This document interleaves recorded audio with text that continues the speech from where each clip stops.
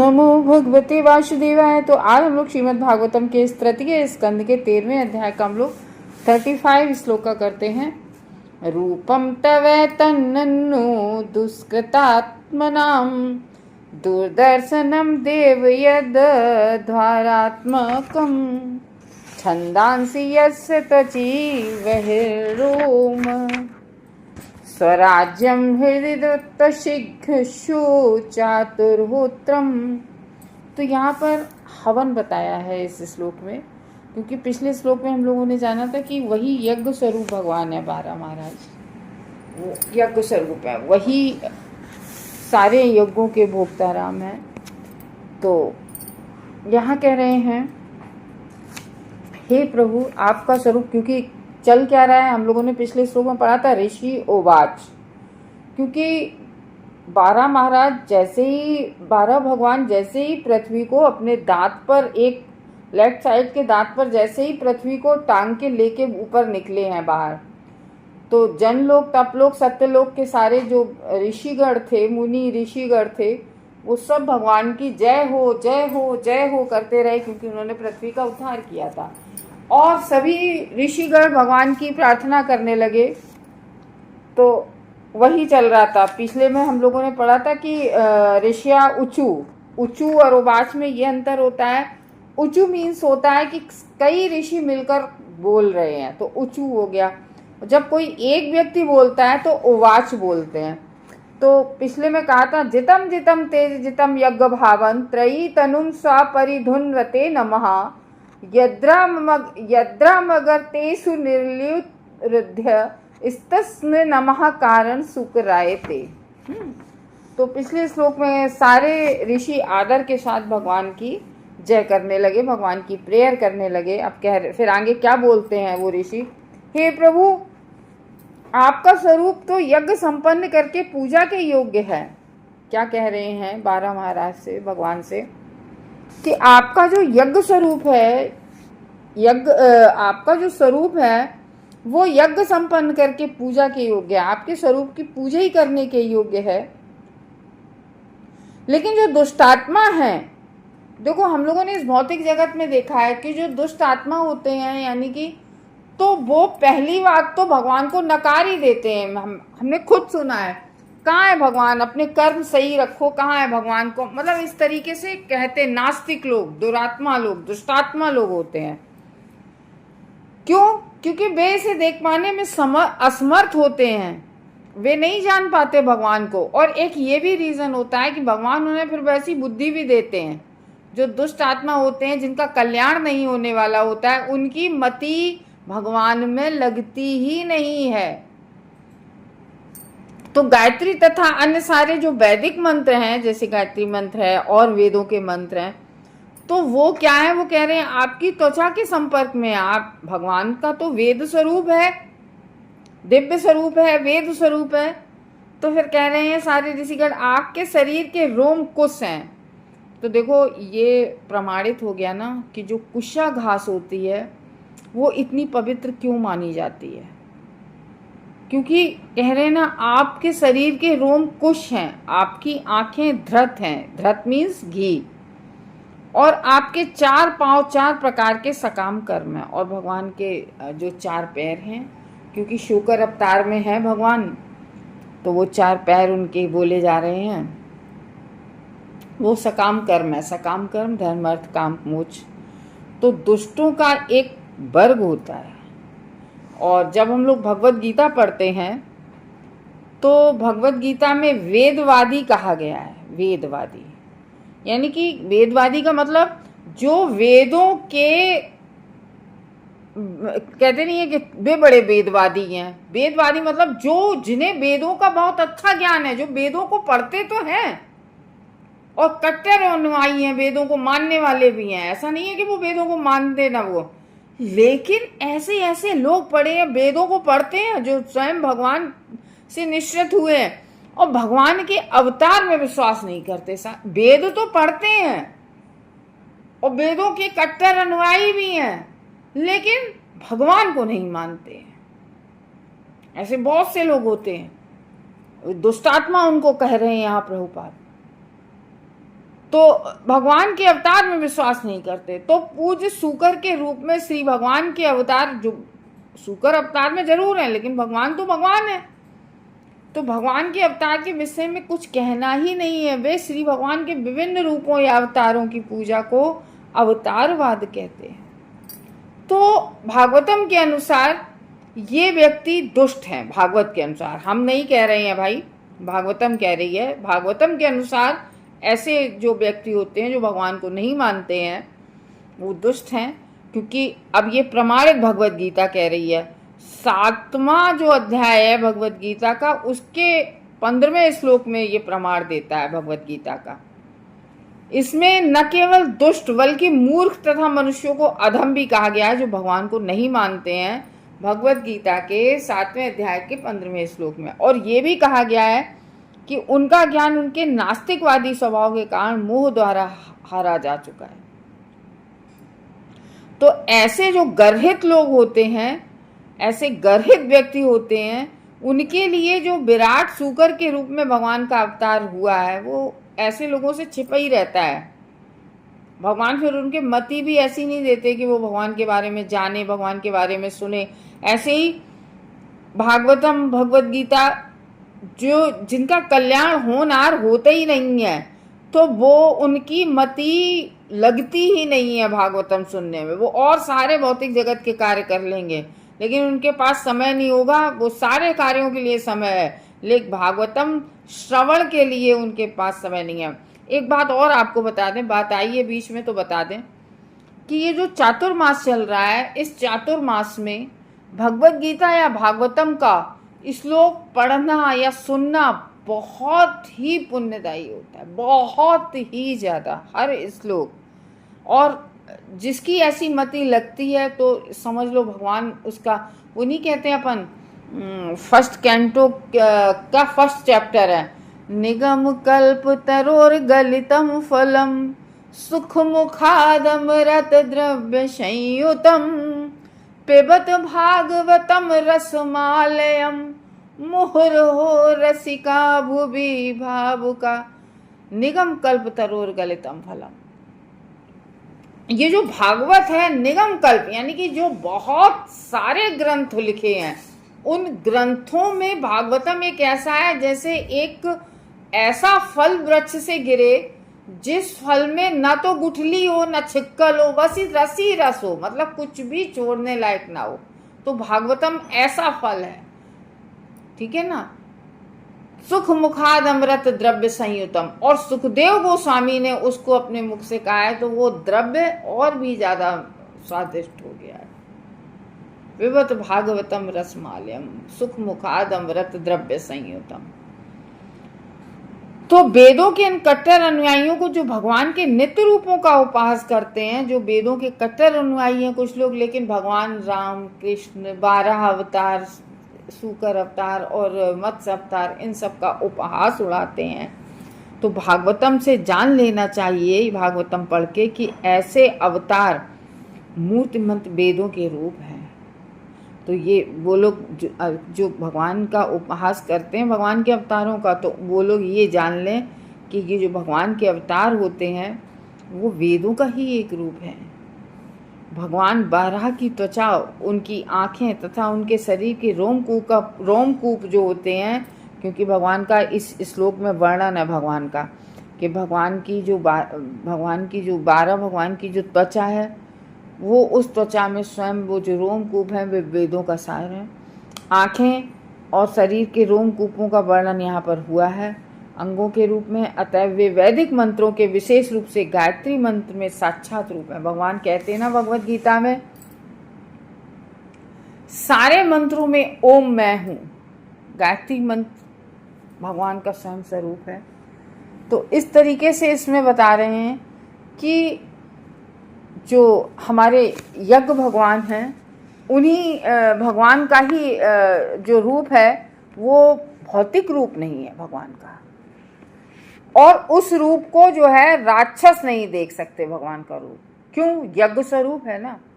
जैसे कोई व्यक्ति ब्लाइंड है, अंधा है, तो उसको पता ही नहीं चलता है कि कि दिन कैसा होता है, दिन सूर्य की चमक, सूर्य की रोशनी कैसी होती है, सूर्य कैसे चमकता है और चंद्रमा कैसे चमकता है। वो केवल गर्मी और ठंडक का एहसास तो कर सकता है, लेकिन वो ये नहीं समझ सकता है कि चंद्रमा की रोशनी कैसी होती है, सूर्य का प्रकाश कैसा होता है। तो वही कह रहे हैं इसमें कि सारे वो कह रहे हैं, देव भगवान को कह रहे हैं कि ऋषिगण के देव भगवान, आपके शरीर का दर्शन बहुत ही कठिन जरूर है।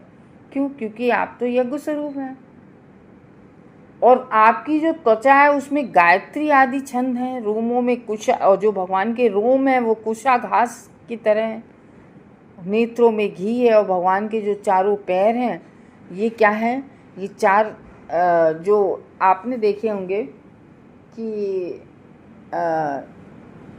जब यज्ञ होता है, यज्ञ विधि में, तो चारों तरफ यज्ञ के एक एक बैठे होते हैं और उन चारों को बोलते हैं, आगे के श्लोक में बताएंगे उन वो चार जो कौन यज्ञ कराते हैं भगवान। तो इस तरीके से भगवान का जो अवतार है वो अद्भुत है, और अब उन अवतारों की जो भगवान की लीलाएं हैं अद्भुत अद्भुत कर्मणा, भगवान के कहते नहीं है, भगवान के कर्मणा अद्भुत है। नेक्स्ट में हम लोग चलते हैं 36 में। स्त्रकुंड आसीत स्त्रो ईशनास्योरिडोदरे चमसा कर्ण रंधे प्राश्चित्रमास्ते कृष्णे ग्राहास्तु ते यच्छर्वणम ते भगवान अग्निहोत्रम। तो जब हम लोग हवन करते हैं यज्ञ, तो अग्निहोत्र डालते हैं, अग्नि में जो है सामग्री डालते हैं, तो इस तरीके से हवन करते हैं। तो कह रहे हैं आगे, क्या कह रहे हैं ऋषिगण, हे प्रभु आपकी जीव यज्ञ का पात्र है। बहुत अच्छा है, भगवान का जो देव स्वरूप है वहाँ 12 महाराज का, 12 भगवान का, तो उसको कह रहे हैं सारे ऋषिगण कि हे प्रभु आपकी जीव यज्ञ का पात्र है, यानी कि जिसमें हम लोग यज्ञ करते हैं, और आपका जो नथुना है वो यज्ञ का अन्य पात्र है, आपका जो उदर है उसमें यज्ञ का भोजन यानी कि 5 ईड़ा है, और आपके कानों के जो छिद्र हैं तो वो एक यज्ञ का अन्य पात्र है। चमसा, कान को चमसा बोलते हैं। चमसा मालूम है क्या होता है? कि हवन होते हुए आपने देखा होगा, जब हवन होता है तो एक लकड़ी की चम्मच होती है, हमने देखा है, लकड़ी की चम्मच से अग्नि में घी डालते हैं। तो वो बता रहे हैं कि पात्र चमस है। आपका जो मुखारबिंद है वो ब्रह्मा का यज्ञ पात्र है।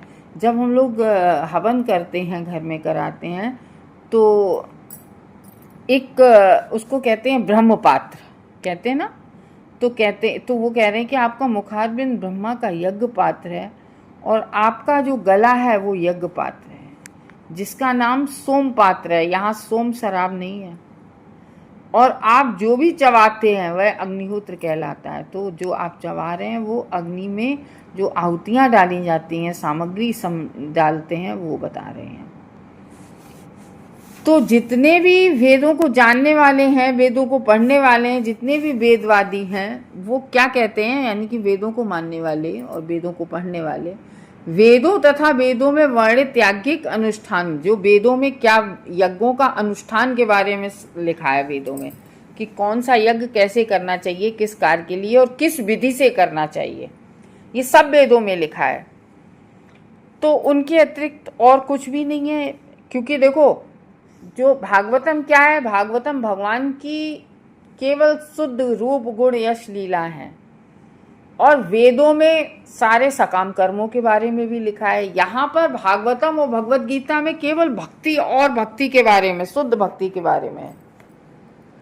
और जो हमारे वेद हैं उनमें, वेदों में धर्म के बारे में भी बात हुई, हर चीज के सारे सकाम कर्मों के बारे में बात हुई, कि किस कार्य को करने से स्वर्ग मिलता है, किस कार्य को करने से भौतिक समृद्धि मिलती है, किस कार्य को, किस यज्ञ को करने से इंद्र का सिंहासन मिलता है। तो ऐसे अलग अलग अलग अलग सब सारी लिखा है वेदों में। तो इसलिए कहा है, वेदवादी इस वर्णन करते हैं कि याज्ञिक अनुष्ठानों के अतिरिक्त और कुछ भी नहीं है। उन्होंने हाल ही में अपने दल का यह नियम बनाया है कि प्रतिदिन यज्ञ किया जाए। क्या किया जाए? यज्ञ किया जाए। वे थोड़ी सी आग जलाते हैं और उनमें मनमाने ढंग से कुछ होम करते हैं। अब यहाँ पर क्यों कहा गया मनमाने ढंग से होम करते हैं? आग जलाते हैं, मनमाने ढंग से होम करते हैं, यानी कि अग्नि प्रज्वलित की और उसमें आहुतियाँ दी, किंतु वेदों में ये उल्लिखित यज्ञ विषयक विधि विधानों की कड़ाई से पालन नहीं करते हैं। हम आज देखते हैं, पहली बात तो हमने कभी 4 ब्राह्मणों को कहीं बैठे नहीं देखा। एक ही ब्राह्मण कह देता है कि हम कर लेंगे, और वो 4 ब्राह्मणों को यहाँ पर बताया गया है कि वो 4 ब्राह्मण कौन कौन होते हैं। वो 4 जो ब्राह्मण होते हैं जो बैठते हैं यज्ञ में चारों तरफ, जो चातुर्होम होता है, तो उसमें सबसे पहला जो होता है वो होता है, और दूसरा जो होता है अधर्व्यू होता है, तीसरा उद्गाता होता है, उद्गाता मीन्स गाने वाला, और जो चौथा ब्राह्मण बैठता है वो ब्रह्म होता है। यानी कि जो वो ब्रह्म होता है वो ये देखता है कि कोई गलत गा तो नहीं रहा है मंत्र वंत्र का, और पहले के जो होते हैं वो मंत्रों को पढ़ते हैं, होता उद्भर्यु, और उद्गाता सारे उनको उसमें जो होते हैं उनका गायन करता है, और कोई सामग्री कम तो नहीं है ये देखता है। और ब्रह्मा ये देखते हैं ब्रह्म कि कोई गलत तो नहीं कोई मंत्र वंत्र पढ़ रहा है। अब सोचो, अब ये आज एक ही पंडित करा रहा है, तो कलयुग में क्यों चैतन्य महाप्रभु हम सबका उद्धार करने आए कि इसी तरीके से हम लोग भी हवन यज्ञ कर रहे होते। क्योंकि ना तो अब होता उतने पवित्र तरीके से या सही ढंग से श्लोकों को पढ़ना जानते हैं, और ना सामग्री ही हम लोगों को उतनी पवित्र मिलती है, ठीक है ना। तो इसलिए चैतन्य महाप्रभु, श्री कृष्ण भगवान चैतन्य महाप्रभु के अवतार लेकर उनके रूप में आए, और हम सबको बहुत बड़ा हरिलोक का गोलोक प्रेम धन श्री कृष्ण चैतन्य भगवान हम लोगों को हरे कृष्ण महामंत्र देकर गए। तो जब हम लोग भी अपनी जिह्वा से हरे कृष्ण कृष्ण कृष्ण हरे हरे, हरे राम राम राम हरे हरे करते हैं, तो हम लोग अपनी जिह्वा से भगवान के इस मंत्र से, वो भी एक यज्ञ होता है। हम लोग जब भगवान की बात कर रहे होते हैं, रूप गुण लीलाओं का बखान कर रहे होते हैं, वो भी एक यज्ञ चल रहा होता है। हम लोग जो भागवतम सुन रहे होते हैं वो भी एक यज्ञ चल रहा होता है। हम लोग जो भगवान का प्रसादम बनाकर भोग लगाते हैं वो भी एक तरह से यज्ञ चल रहा होता है। तो ये है, विधि विधानों का कड़ाई से हवन में पालन नहीं कर पाते हैं। ऐसा समझा जाता है कि विधान के अनुसार यज्ञ के विभिन्न पात्रों को, जैसे इसमें श्लोक में है, स्रक, श्रोबा, बहिर, चातुर्होत्र, एड़ा, चमस, प्रासित, ग्रह तथा अग्निहोत्र की आवश्यकता, इतनी चीज़ों की हवन में आवश्यकता होती है। हम तो इन चीज़ों को नाम पढ़ रहे हैं, और उस एक्चुअली में तो हम हर चीज़ को जानते भी नहीं हैं कि चमस जानते हैं क्या होता है, चातुर्होत्र जानते हैं, तो इसमें प्रासित, ग्रह, स्रक, है ना, श्रोवा, बहिर, ये सब होना चाहिए। जब तक इन कठिन नियमों का पालन नहीं व्यक्ति करता है, यज्ञ का फल उसको प्राप्त नहीं हो पाता है। तो इस युग में यज्ञों का सही ढंग से संपन्न करने की एक तरह से कोई सुविधा नहीं है। तो साफ लिखा है कि इस कलयुग में इस तरह से शुद्ध पवित्र हवन की कोई सुविधा नहीं है। अतः इस कलयुग में ऐसे यज्ञों के लिए एक बाध्य करने वाला आदेश है। तो यह स्पष्ट निर्देश है कि मनुष्य केवल संकीर्तन यज्ञ, हरे कृष्ण संकीर्तन यज्ञ करे, अन्य कुछ भी ना करे। तो श्री भगवान के अवतार यज्ञेश्वर हैं, और जब तक श्री भगवान के अवतार के लिए श्रद्धा नहीं होगी तब तक यज्ञ पूर्ण रूप से नहीं किया जा सकता है। कहने का ये मतलब है कि दूसरे शब्दों में कि भगवान की शरण ग्रहण करना और उनकी भगवान की सेवा करना सभी तरह के यज्ञों का वास्तविक अनुष्ठान है। जैसा कि यहाँ पर हम लोगों ने पढ़ा, यहाँ ये बताया गया है कि यज्ञ के विभिन्न पात्र भगवान के अवतार के शरीर के विभिन्न भागों को बताने वाले हैं। तो श्रीमद् भागवतम के 11वें स्कंद में हम लोग इसको पढ़ेंगे, उसमें स्पष्ट निर्देश दिए गए हैं 11वें स्कंद में कि चैतन्य महाप्रभु के रूप में भगवान के अवतार को प्रसन्न करने हेतु मनुष्य को संकीर्तन यज्ञ करना चाहिए। क्या लिखा है कि व्यक्ति अगर भगवान को सुख प्रसन्न करना चाहता है तो संकीर्तन यज्ञ करे। यज्ञ का फल पाने के हेतु इसका कड़ाई से पालन किया जाना चाहिए, और अगर वो होता और वो विधि सामग्री वाला वो हवन करना है तो उसके लिए तो बहुत ही कड़ाई से उसके नियमों को पालन करना चाहिए, और वो नियमों का पालन होना इस कलिकाल में, इस कलयुग में बहुत ही असंभव है। तो इस तरीके से कहते हैं हरे कृष्ण महामंत्र जप सबसे उत्तम यज्ञ है। हरे कृष्ण।